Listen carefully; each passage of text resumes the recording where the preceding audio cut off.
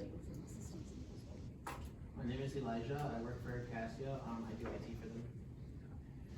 My name's David. I work for Alliance Engineering. I'm a soil scientist.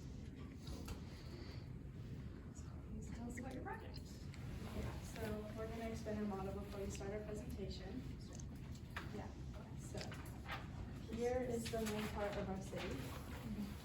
And we used mirrors to mimic the full city so it could be bigger on the model. Okay, so we have the different zones. We have the industrial zone, then we have the 3 or 6 mixed-use zones, which are a mix of residential and commercial. And then here we have our agricultural dome, which is utilized to grow food and plants that make medicine inside our city. And below we have our UWFDs, which we'll talk about in the presentation, and achieve the hold the city in its place so it doesn't float away.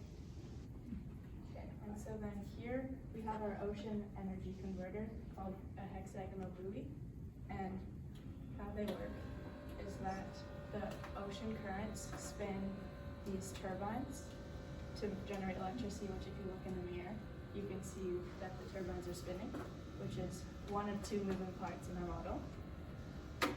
And then here we have our batteries. So here we have our lithium-ion battery, which you can see does generate volts using Gatorade. So if it's not clipped, there's no volts. But then when it gets clipped on, it generates almost a volt of electricity. So, and then our other type of battery on our model is solid state, which uses solid electrolytes instead of liquid electrolytes. So instead of like Gatorade, which is here, this could be like, as an analogy, it's like banana or something instead.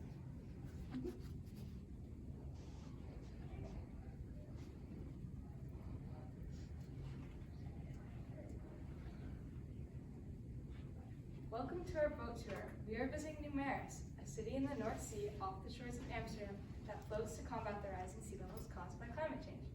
To construct the city, we have the help of people like engineers and surveyors. Here are some now. Hi, I'm Naomi, and I'm learning about chemical engineering. Hi, I'm Catherine, and I'm a civil engineer. Are you guys enjoying the boat tour? We are. The city is just as beautiful from the outside as it is from the inside. It is, but most of the action happens inside the domes. Could you tell us more about the citizens' daily lives? Nieuwmaris has lots of daily activities like museums and sporting events to keep residents entertained while boosting the economy. Speaking of the economy, how does the city get its money? In addition to the beautiful walking trails and community building experience the urban gardens provide, they also help produce special plants to make medicine. We sell medicine made from plants like peppermint, alstonia, and ginseng to boost and support the economy. Nieuwmaris is able to offer a free education due to the affluent economy. Students from kindergarten to high school are granted a high-quality learning experience through our education system. So the community gardens help people get exercise, and the 15-minute cities also provide for lots of opportunities to go for a walk. That's right. The city is made of 11 domes, 10 of which being a mile in diameter, and the central dome being 1.3 miles in diameter. What do all these domes have in them? Well, there are 2 industrial domes, 8 mixed-use domes, and 1 central agricultural dome. So surveyors help to design the layout of the domes for most convenient access? Yes, and civil and transportation engineers designed the dome-to-dome transportation system, an above-water tunnel system with magnetic trains connecting each dome. Electric boats are also available to citizens. Wait, I know how they're built, but what are the domes made of? The domes are made up of aluminum framework with layers of graphene, a material similar to glass but significantly stronger and weather-resistant. Graphene is a sheet of pure carbon atoms made using chemical reactions on copper. Graphene is insulated with an extra layer of polymers. To make sure these don't break or set aflame, chemical engineers designed a spray that includes anti-frost and flame-retardant chemicals that are sprayed on the paints. You might ask, how do the domes float? Well, each pod has an underwater flotation dome, or UWFD. UWFDs are also made of graphene. Like the domes, are reinforced with carbon nanotubes. Carbon nanotubes are essentially graphene but are molded to strengthen the UWFD. The UWFDs are filled with helium to make the pods float. They are anchored to the seafloor around the edge and have multiple layers. If they get damaged, they can be quickly repaired. The city can easily float over small waves, but to protect it from larger ones, Nieuwmaris has a biorock breakwater. Biorock is a self-maintained coral-like material that is eco-friendly and ecosystem restoring. The wall grows with the tides, and corals naturally remove pollution to the surrounding water.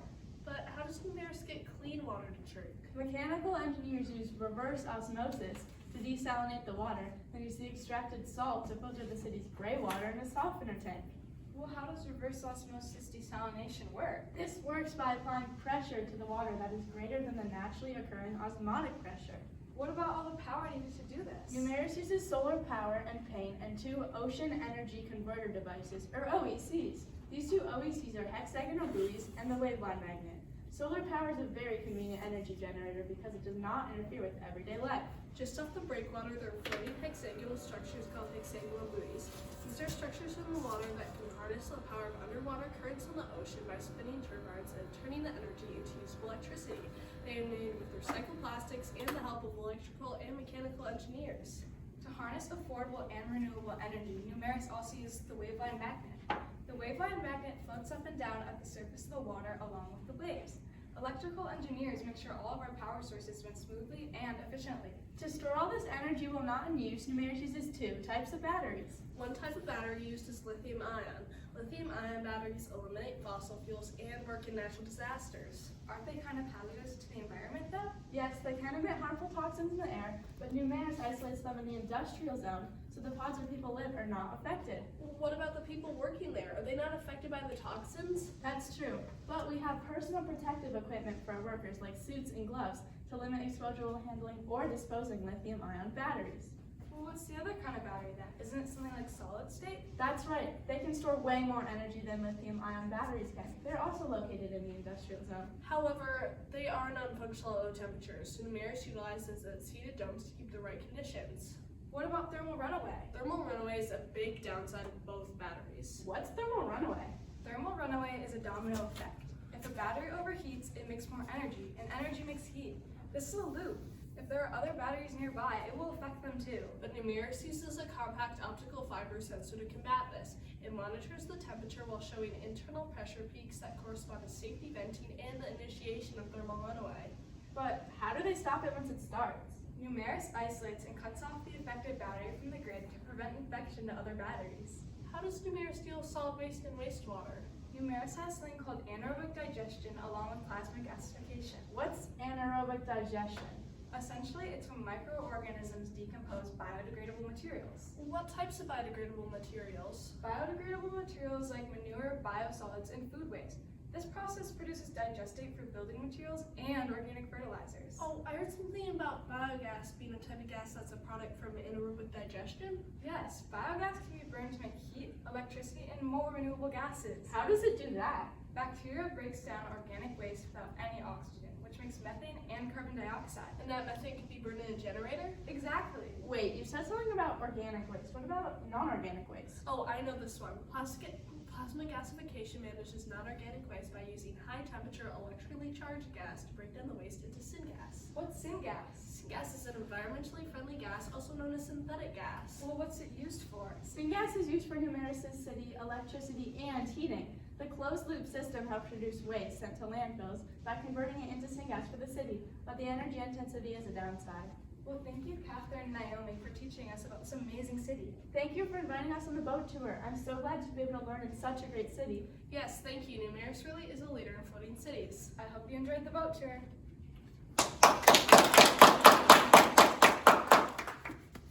Well, thank you for introducing us to all these amazing technologies at Nieuwmaris. I have a question about your process. So there's a lot of research that went into this and then implementing it in your city. How did you manage that, stay on time, divvy up tasks for the group? We had a lot of different ways to stay on task for things, but a main way we stayed on task was using our project plan. So what we did is we created a schedule along with due dates and put it in there. Additionally, we also had a calendar that we used for when we were going to meet up and when we wanted things to be done. And lastly, we used our group chat to communicate with each other what we wanted other people to do.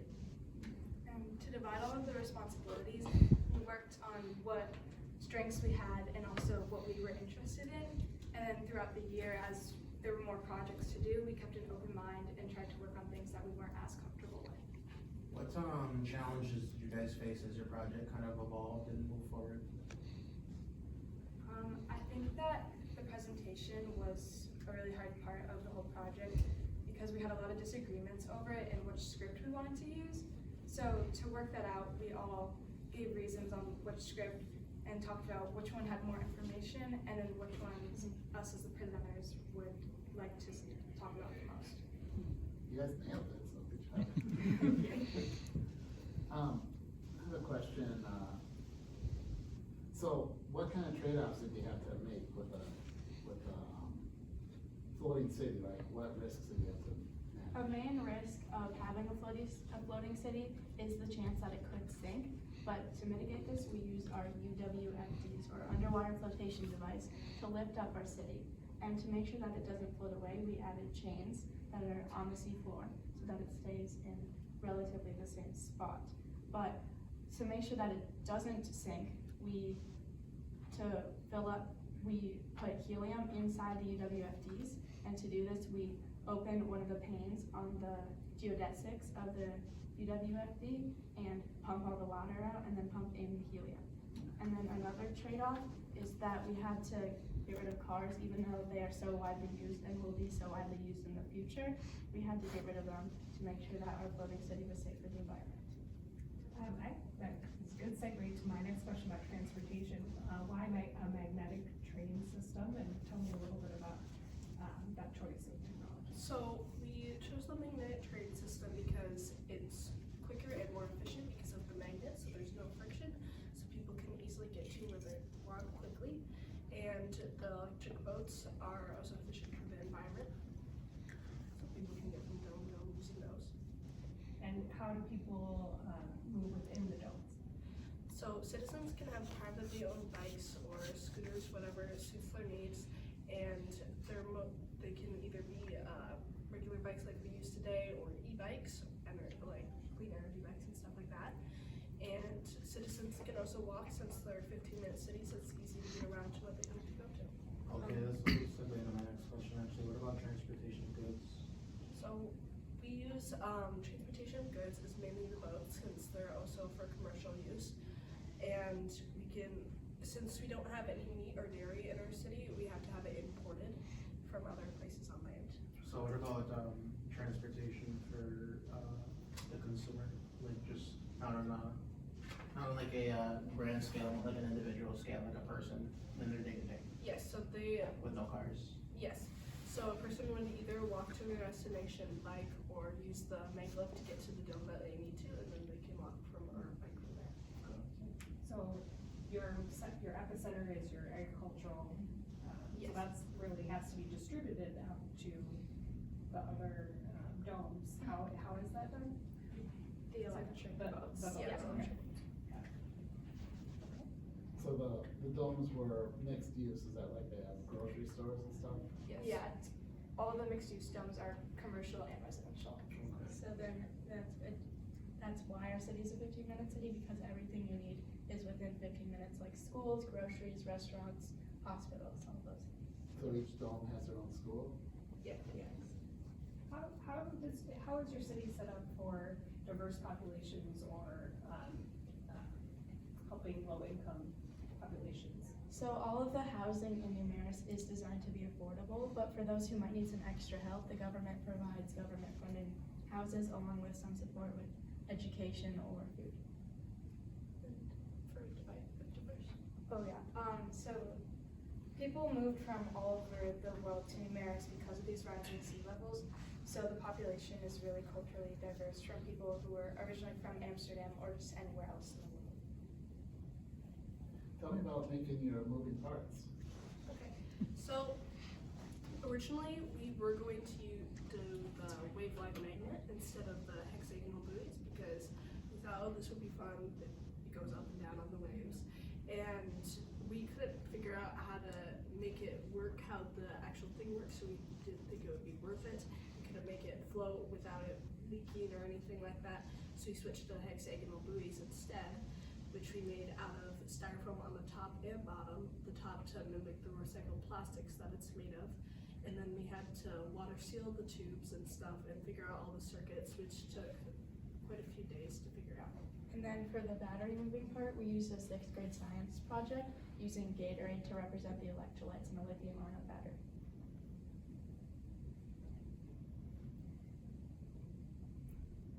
You mentioned some challenges already with your moving parts, but how did you choose the materials that you used on your model?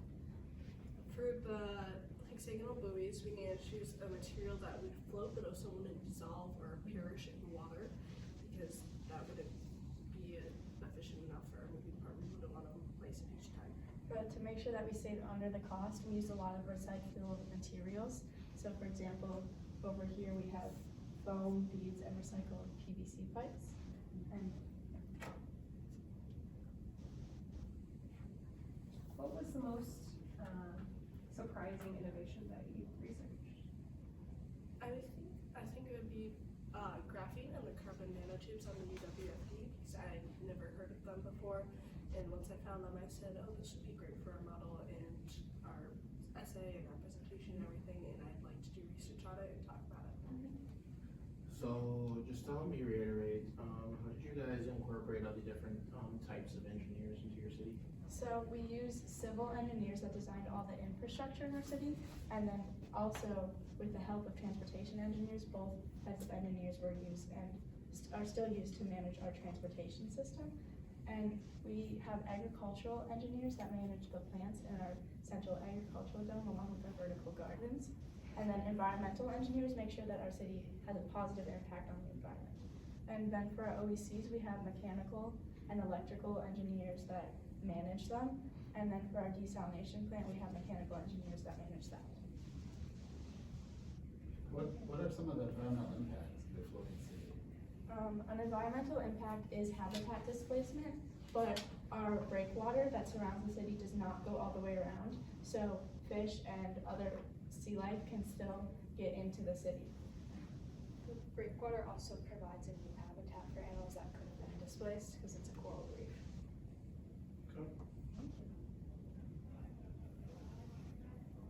I appreciate I've learned a lot from your project. Oh, yeah. I'll just say that. And I appreciate how it's all really incorporated thoughtfully, and thank you for sharing that with us. Thank you. Oh, sorry, I always think of one more question. Why did you choose the location that you did? Do you want to talk? Sure. So we chose the location, one, based on where we could generate the most power. Because at first we were gonna mainly use solar panels, but then we had to come up with a new idea because where we wanted to be, we also wanted to use ocean energy converter devices. So we wanted to find a place that had more currents for the city. So we had surveyors go out and find the place that had the most currents. As well as, we also had to use a survey factor of where we could put our city because of the WFDs and how deep they go into the ocean and the change. So we had enough room for our city and enough room to expand if population increased.